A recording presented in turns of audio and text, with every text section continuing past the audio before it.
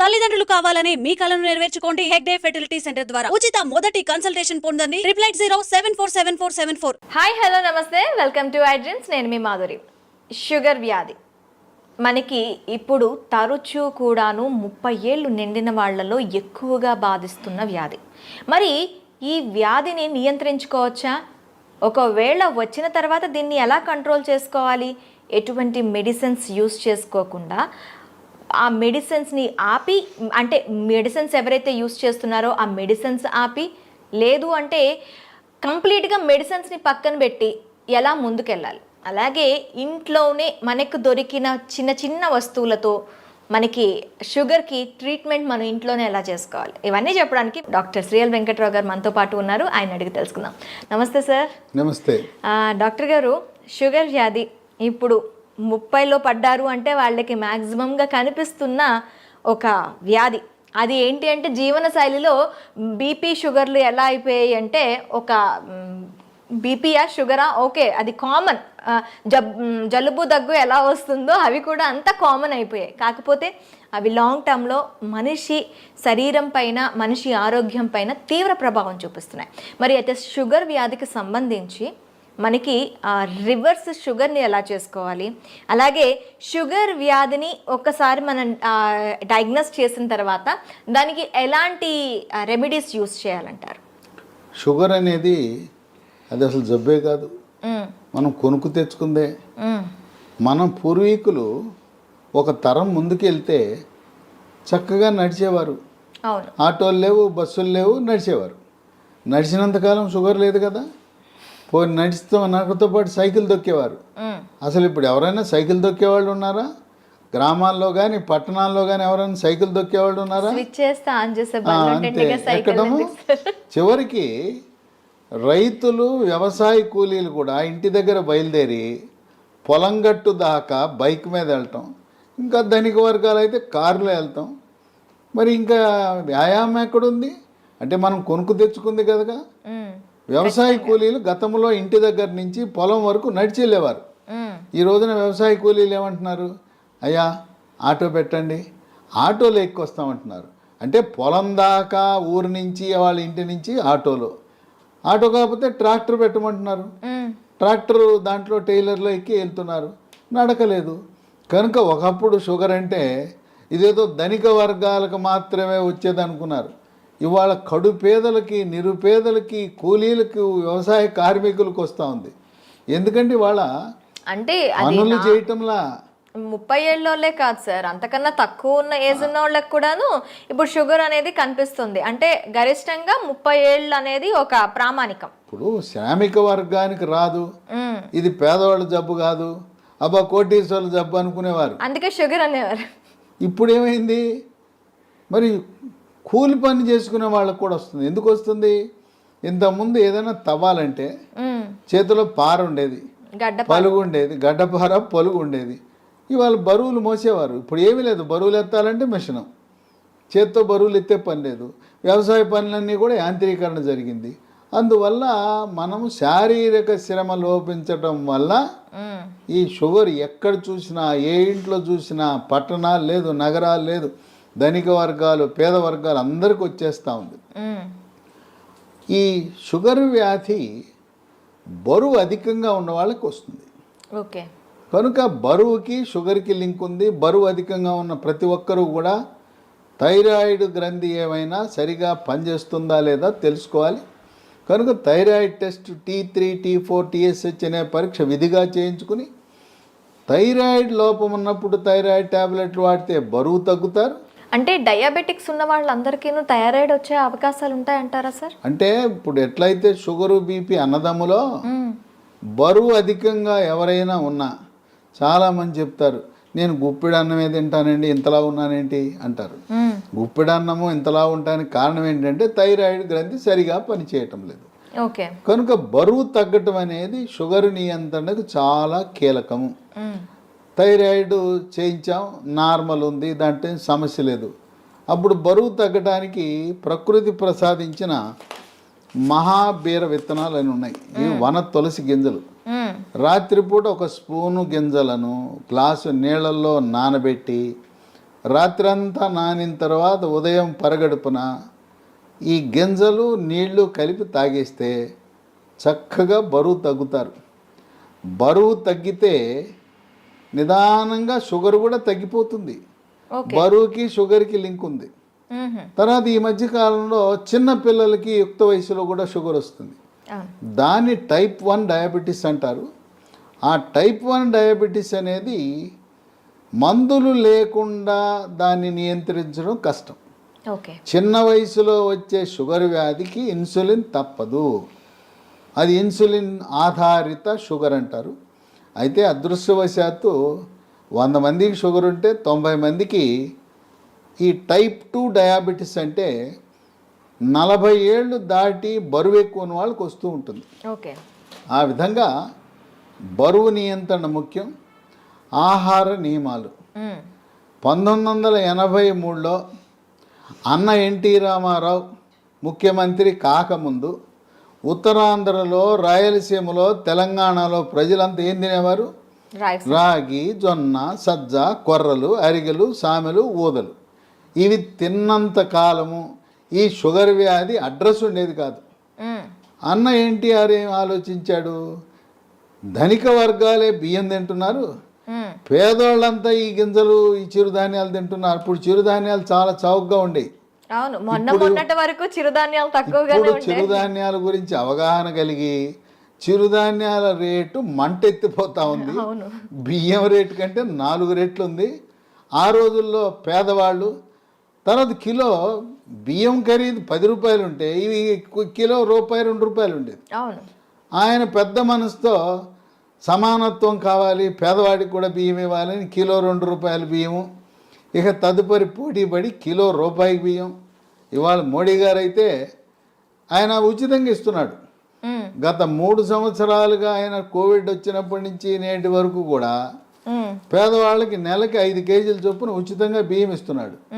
ఈ బియ్యం తింటున్నాం, చక్కగా షుగర్ని పెంచుకుంటున్నాం. బియ్యము మానేస్తే పోని బియ్యం తిన్నారంటే పూర్వకాలం దంపుడు బియ్యం ఉండేది. ఇవాళ రోళ్ళు లేవు, రోకళ్ళు లేవు, దంపుడు లేదు. దంపుడు బియ్యం అసలు ఎక్కడ కనపడటం అంటే మార్కెట్లో లభిస్తున్నాయి దంపుడు బియ్యం, కొంచెం ఖరీదు ఎక్కువ. దంపుడు బియ్యము, ఎర్ర బియ్యము, రెడ్ రైసు, ఇలాంటివి బ్రౌన్ రైసు తింటే కొంతలో కొంత మేలు జరుగుతుంది.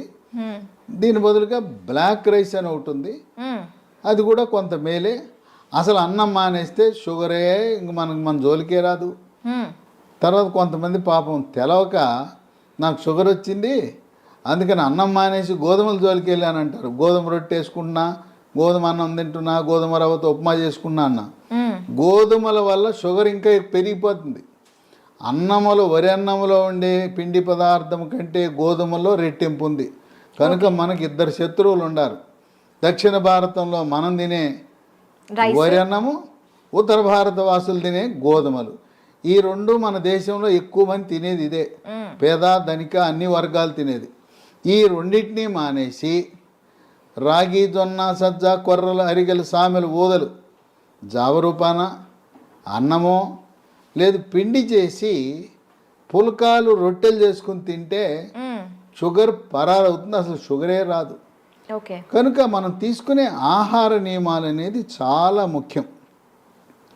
వీటితో పాటు వ్యాయామం చేయాలి, నడక ముఖ్యం.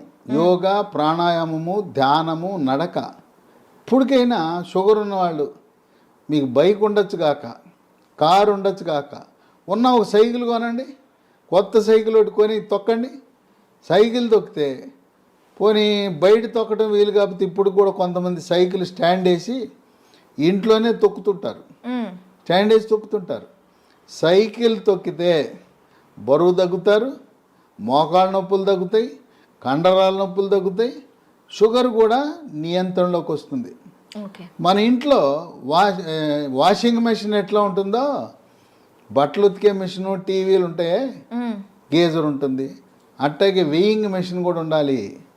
ప్రతిరోజు ఇంట్లో ఉన్న ప్రతి ఒక్కరు కూడా బరువు చూసుకోవాలి. ఇది ఎక్కడా కనపడదు. వాషింగ్ మెషిన్ కొన్నవాళ్ళు వెయింగ్ మెషిన్ ఎంత ఉంటుంది చూడండి. వెయింగ్ మెషిన్తో మరీ ముఖ్యంగా షుగర్ ఉన్నవాళ్ళు వెయింగ్ మెషిన్ తప్పనిసరి.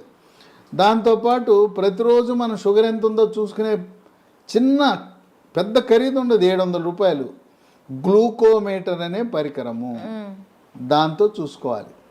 అట్లాగే షుగర్ నియంత్రణ గత 3 నెలలుగా ఎలా ఉన్నది అని చేసే ఒక పరీక్ష ఉన్నది, దాని పేరు HbA1c పరీక్ష. ఆ పరీక్ష 3 నెలలకు ఒకసారి చేసినప్పుడు 7 కంటే తక్కువ ఉంటే నియంత్రణ బాగున్నది అని అర్థమవుతుంది. ప్రతి మంత్లో కూడా చేస్తారా సార్ ఇది? కాదు, 3 నెలలకు ఒకసారి చేయాలి. ఓకే. ప్రతి నెల అవసరం లేదు, 3 నెలలకు ఒకసారి. మా ఇంటి పక్కనే ల్యాబొరేటరీ ఉందని గ్లూకోమీటర్ కొనటం మాత్రం మానకూడదు. మన ఇంటి పక్కన ల్యాబొరేటరీ ఉంటే HbA1c పరీక్ష చేయించుకోండి. ఈ చిరుధాన్యాల గురించి చెప్పాను. చిరుధాన్యాలతో చేసే బిస్కెట్లు, చాక్లెట్లు అందుబాటులోకి వచ్చినాయి. లీ హెల్త్ అనే కంపెనీ వాళ్ళు మిల్లీ కుక్కీస్ అని బిస్కెట్లు తయారు చేశారు. ఓకే. ఇవి 3 పూట్ల 3 తినచ్చు. ఈ బిస్కెట్లు తింటే షుగర్ పెరగదు. అట్లాగే చాక్లెట్ రూపాన మిల్లీ న్యూట్రీ బార్ అని, ఇవి తయారు చేసేది కేంద్ర ప్రభుత్వ అధీనంలో ఉండే సంస్థ, మార్కెటింగ్ చేసేది లీ హెల్త్ అనే కంపెనీ. ఓకే. ఇవి కూడా షుగర్ ఉన్న వాళ్ళు తినటం చాలా మేలు జరుగుతుంది. ఇవి కావాల్సిన వాళ్ళకి ఒక నంబర్ ఇస్తాను, వాళ్ళకి ఫోన్ చేయండి. 9502897374. ఓకే. 9502897374. ఓకే. కనుక ఈ చిరుధాన్యాలు ఈరోజు మనకు చాలా కీలక పాత్ర పోషిస్తున్నాయి. చిరుధాన్యాలు నమ్ముకోండి, షుగర్కి అసలు మందులు అవసరం లేదు. అయితే ఇంట్లో మనకి ఏమైనా ఉన్నాయా సార్ చిట్కాలు? ఇంట్లో చిట్కాలు ఉన్నాయి.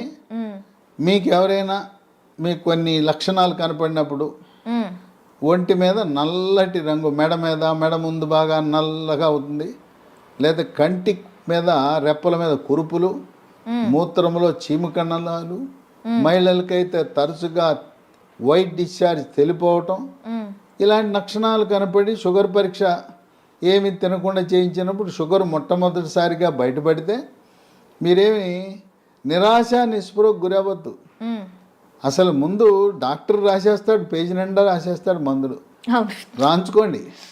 ఆయన కొనమంటే సార్ డబ్బులు లేవండి తర్వాత కొంటానండి, ఎందుకంటే డాక్టర్ రాసి ఇచ్చినాక నా మందుల షాప్ ఉంది అక్కడే కొని అంటాడు. మీరు ఆయన ఎందుకు ఇబ్బంది పెట్టడం?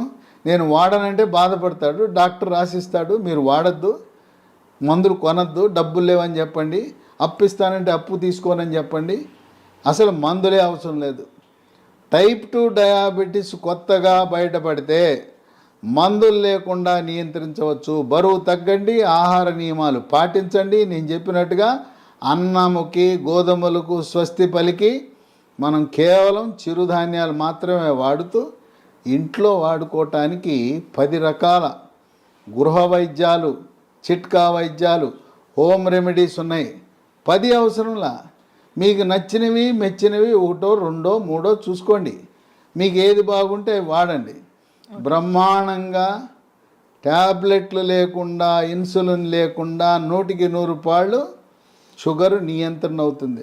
అంతేకాదు మాకు తెలవకుండా పిచ్చాళ్ళలాగా మేము మొదలెట్టేసామండి, డాక్టర్ గారు రాసి ఇచ్చాడు, గత 3 ఏళ్ళగా 4 ఏళ్ళగా మేము వాడుతున్నామంటే 5 సంవత్సరాలుగా ట్యాబ్లెట్ వాడుతున్న వాళ్ళకు కూడా షుగర్ని రివర్స్ చేయొచ్చు, డయాబెటీస్ని రివర్స్ చేయొచ్చు. ఇది వైద్య పరిశోధనలో నిర్ధారించడం జరిగింది.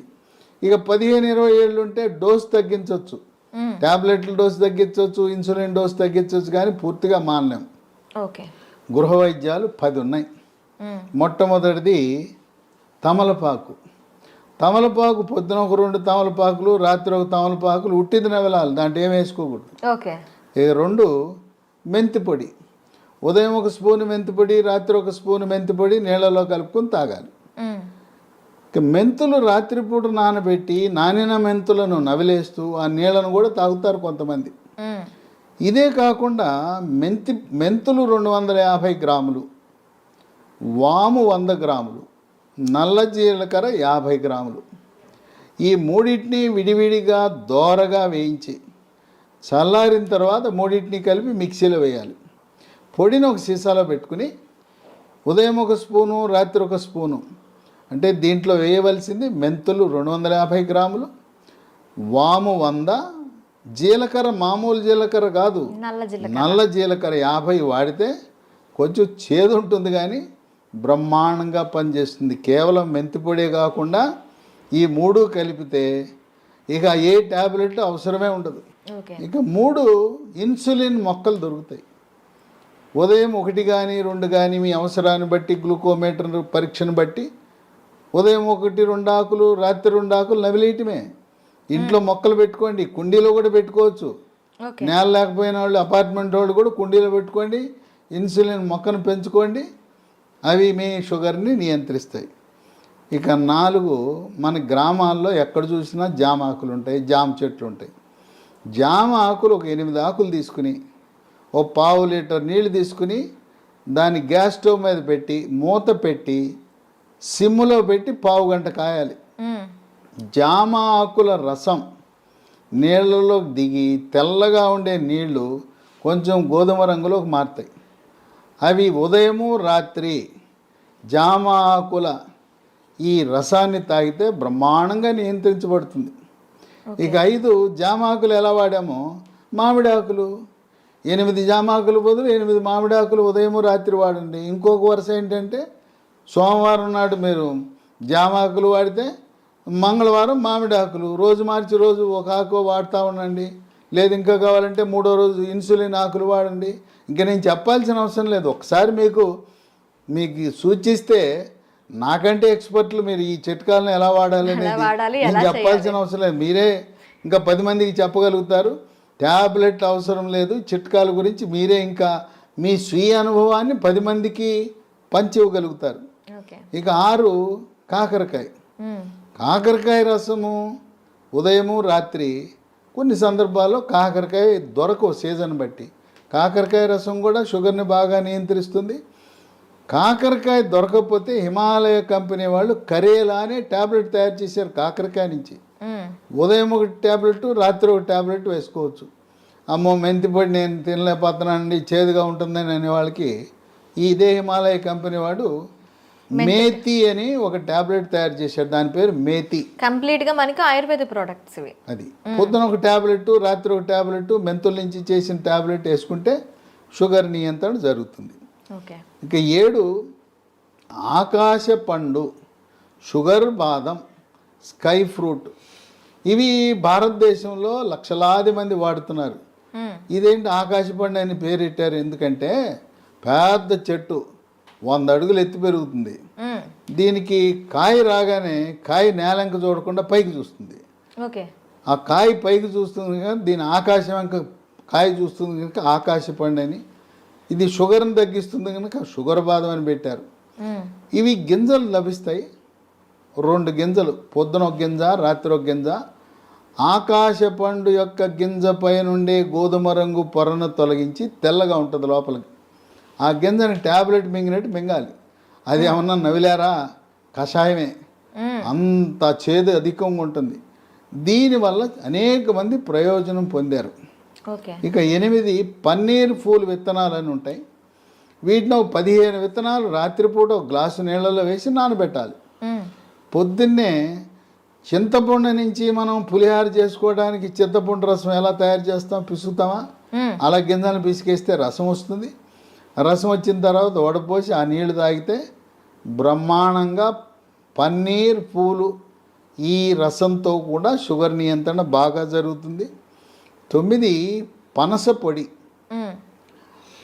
దోరగా పండింది.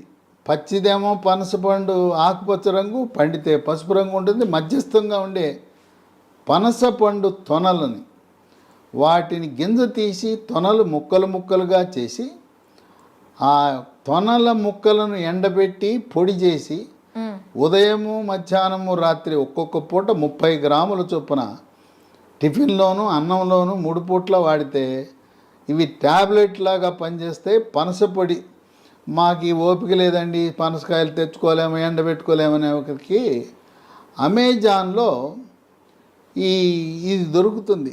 దీన్ని జాక్ ఫ్రూట్ అంటారు. జాక్ ఫ్రూట్ 365 అనే బ్రాండ్తో పనస పొడి లభిస్తుంది. అది కొని వాడుకోవచ్చు. ఇక 10 వేప చెట్లు ఎక్కడ పడితే అక్కడ ఉంటాయి.